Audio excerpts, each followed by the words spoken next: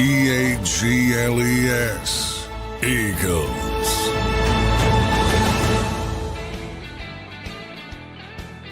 Welcome in, everybody, to a breaking news football 24/7. The Philadelphia Eagles have made a trade here 1 week prior, about 6 days prior to the NFL trading deadline. They have acquired cornerback Michael Carter II, a fifth-round draft pick in 2021 out of Duke. He played with the New York Jets. He is exclusively or mostly a nickel cornerback. I'm here with John McMullen to break it down and give you guys some instant reaction. Johnny Mac, your first reaction to the trade the Eagles made today, sending out John Metchie, doing a little pick swap with the Jets, and bringing back cornerback Michael Carter.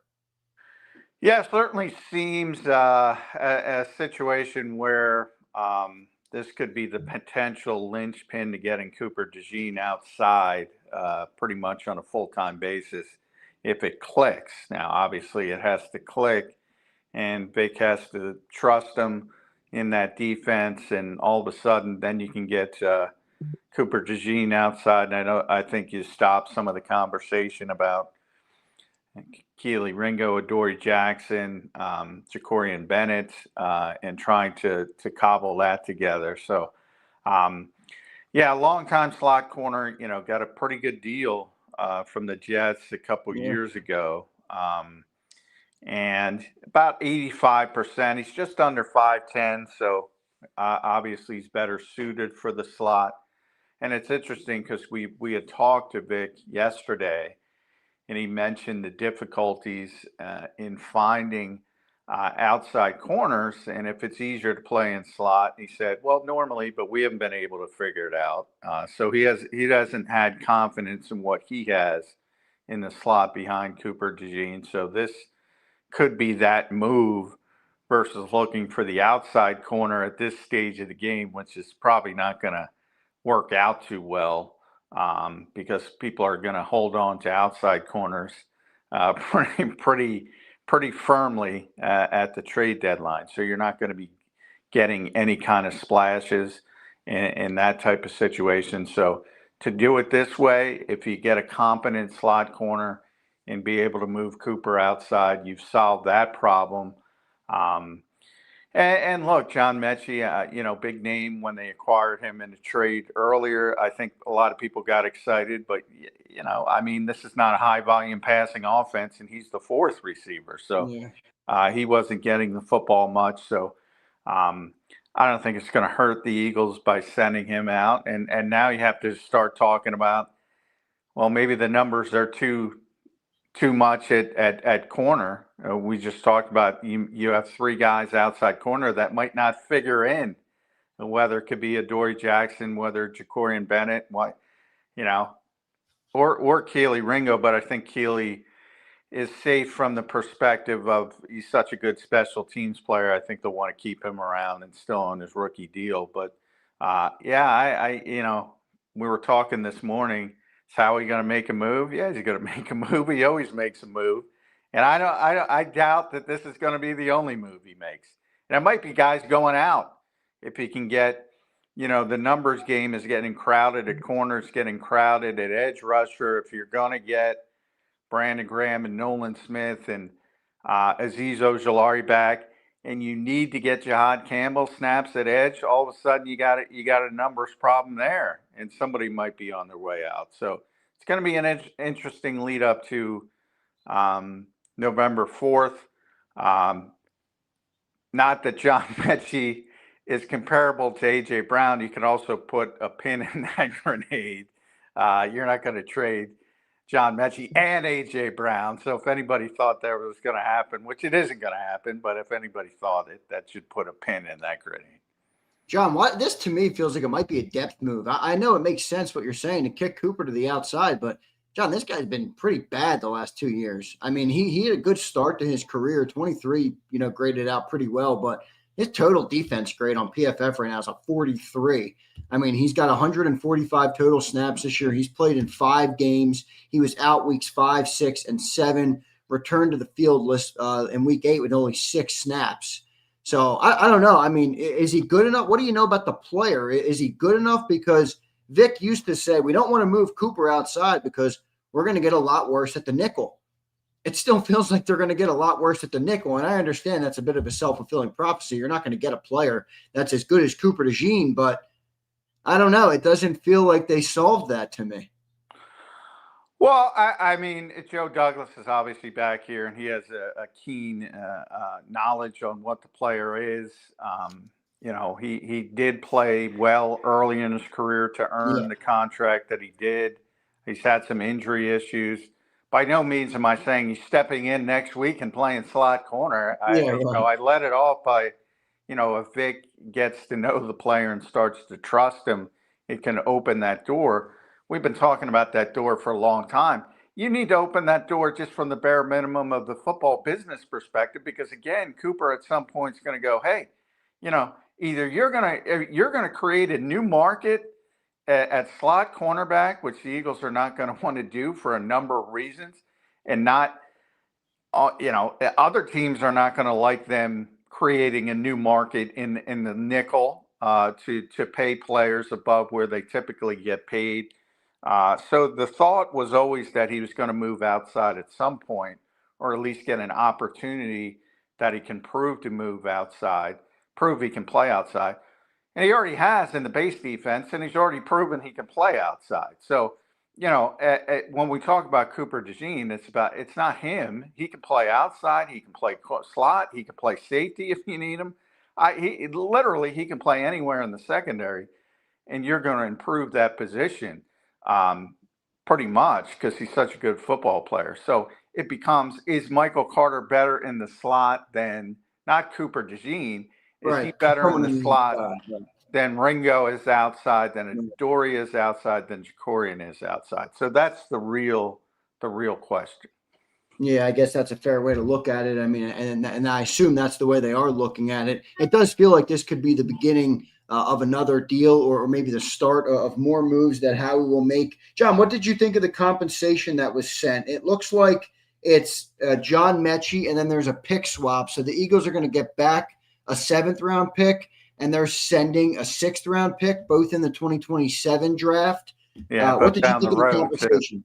Yeah, I mean, you're just, that's the typical modus. You're just trading draft, really, not even draft picks. You're trading actual slots in the draft, and you're getting the better player in the draft. And I put quotations. I know people can't see the better player in the draft, so you have to give up some slots in the draft. It's how I look at it, and typically how it's done. So, and again, it's day 3 picks. I don't want to say they're meaningless, but I don't lose sleep over 6th and 7th round picks. Yeah, no, me neither. You can always point out, well, they got Jordan Mailata in the 7th round. Yeah, outliers don't mean it's consistent. So I never lose much sleep with that kind of stuff. But how about Metchie? Losing any sleep over Metchie? I don't think you're losing any sleep over anybody, but John. But I mean, I said when they got John Metchie, nice guy. Tremendous that he's been able to fight back from what he went through in his personal life as far as health. He'll get a better opportunity with the New York Jets.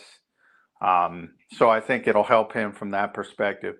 He wasn't going to play here. He wasn't going to get meaningful snaps here. So, the Eagles have some young receivers with Darius Cooper, and even Terrace Marshall on the practice squad, who's still relatively young, that they like. So I don't think that's going to affect the Eagles much. Yeah. John, last thing here. Ian Rappaport put out that here's how badly Michael Carter wanted to join the Champs. Sources say he agreed to delete the $5 million guaranteed for injury in his 2026 contract year to complete the trade to the Eagles. Put that into layman's terms for us, John. Well, I haven't seen that yet, so I have to. Obviously, I'm at BJ's. I haven't called together. You're doing your honey-do list. John, whenever I text you, you're always like, I'm doing the same old shit. Well, the honey-do list. There's, it's time. I have a lot on the honey-do list. So from the standpoint, it's not a surprise. Obviously, the Jets are a terrible situation. You get to go from one of the worst teams in football to one of the best teams in football. Uh, he's made a lot of money, so I'm sure that factors into it as well. If you're a if he were on his rookie deal as a 5th-round pick, he probably wouldn't be doing that. But, it's a good chance for him to get with a good team and sort of resuscitate his career. So, sometimes it surprises me more people don't think that way. But it's, usually people don't want to give back money. So that'll tell you. It might not, I think there's two ends to that, as Ian said. How badly he wanted to play for the Eagles, which I think may be part of it, but also how badly he wanted to get out of the Jets could also be a part of it. No doubt. Johnny Mac, good stuff, man. Appreciate you joining in. Any other thoughts on this trade? I don't know. Everybody's all getting high on it. I don't know. I'm looking at the grades. I'm looking at what I'm glad. I feel like everybody gets way too excited about these things. The history of trade deadline deals is what it is. Yeah, it's generally not going to be a splash. But as I always say, generally with Howie Roseman, the thought behind it, generally you understand it. It makes some sense. And to hear Vic just talk about it yesterday about we have not solved that position at slot behind Cooper DeJean. So I guess the positive view, John, is you take a position group where you have good depth and good players and the wide receiver, and you acquire another depth piece on the corner to try and bolster that. I guess that's the thinking behind it. Yeah, I mean, John's wasn't, and you saw, I mean, the 13 personnel looks, it was Cooper over Metchie. Yeah, so the fact that Cooper came back and they think he's a better blocker, even he's got a more of a role than John Metchie right now. So it's not a player you need. And to get maybe even if it's just a better backup slot corner, it makes you a little bit better. Yep, maybe. All right, John, we'll see what ends up happening. We'll talk to you about it in the morning on Birds 365. Well done, my friend. Finish up your shopping excursion at BJ's or whatever the hell you are, John. I'll talk to you in the morning. All right. I shouldn't advertise that. Yeah. But anyway, all right. Thanks, everybody. All right. Thanks, J-Mac. There's Johnny Mac. Rumor is he's picking up some bananas that are on sale at BJ's. Good stuff for Johnny Mac. Appreciate him joining in today. Eagles complete the trade with the New York Jets. Michael Carter is in. John Metchie is out.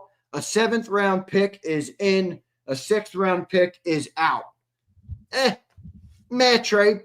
I mean, look, I'm not mad they made the move because I think it's pretty. I think I'd rather obviously improve the depth at corner because we're not really a passing offense. So I understand it from that perspective, but I don't really think we're getting like a world-turning player here. I'll read you guys a couple stats and bear with me, everybody. I want to thank everybody for being here. Hit the like button. I'm wearing many hats right now. I got this ear headphone in, listening to the legendary Ray Didinger on with the National Football Show with Dan Cilia, producing that show and giving you guys the breaking news segment here on the Michael Carter trade across the Jacob Sports Network. So I appreciate you guys for being here. Bear with me if I got to maneuver a little bit to make it all happen. So I'll read you guys some of the statistics here from Michael Carter. So far in 2025, doesn't really have a whole lot of statistics. I mean, I can read you the grades. In coverage, he's been okay. 3 reception or how many total? He's given up 9 total receptions for 69.2 yards.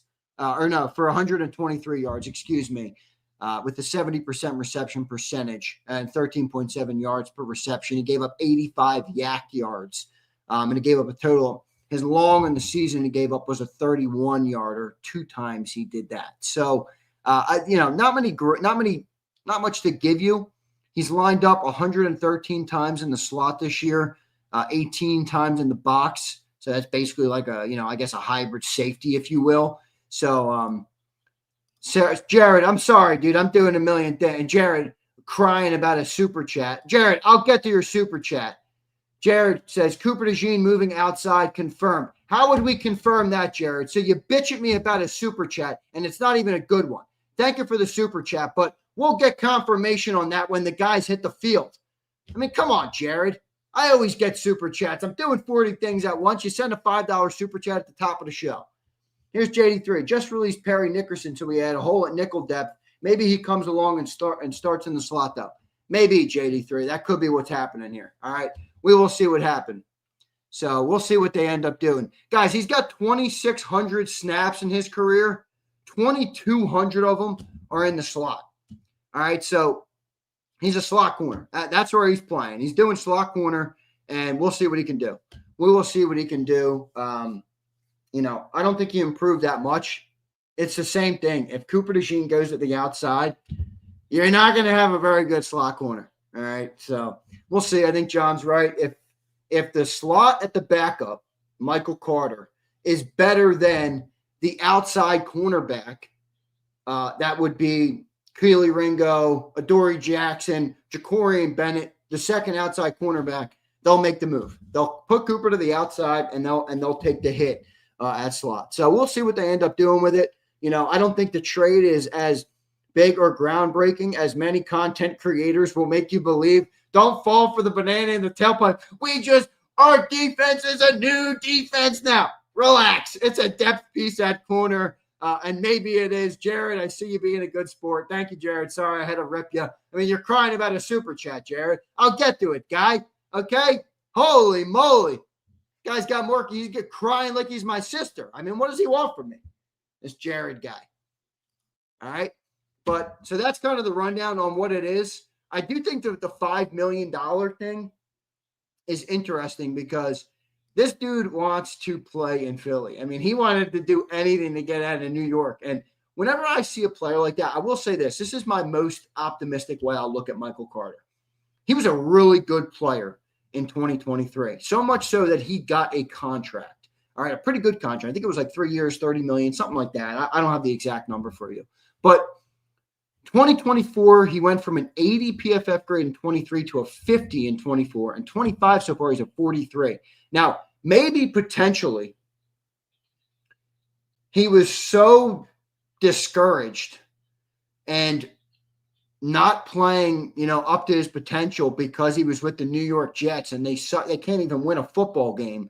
Maybe that's why he was, not playing well, and maybe joining a team like the Eagles where you're playing for something bigger, for a better team, for a team that obviously is going to be in the playoffs and, is playing hopefully into February. Maybe that can kind of light a fire under him and do that. So that would be my most optimistic look, is that he can get back to that 23 form. Give me 1 second here. I got to drop off. Got to get Ray Didinger off the show here as he's wrapping up his interview with Dan Cilio. Great interview for those who are not watching that. So, yeah, Prince, and that's the same. Prince, another great point. I know they did hire, I'm blanking on the head coach's name here from the Jets, Aaron Glenn. He's a defensive guy, obviously. He was the defensive coordinator with the Lions. So, different DC, Prince. Maybe put him in some better looks or you get an advantage there, but we will see how it all goes. All right, so I got to run, everybody. I got Philly 500 texting me. I got Mark Holmes texting me. I got Ray Didinger on. We got the Battle Royale coming up. So I'm going to wrap this sucker up. Appreciate all of you for watching. All right, there's Ray Didinger. Just wrapped up with the great big sales. Now we got the Battle Royale coming up next. Appreciate everybody for tuning in. Jared, you buttercup. All right, go get a cup of milk and a cookie. Dip the cookie in the milk a couple times, eat it, and maybe you'll feel better. It's like a Snickers bar. You're not you when you're hungry, Jared. Appreciate you being here. Appreciate everybody being here. Hit that like button. Love all you guys. See you next time.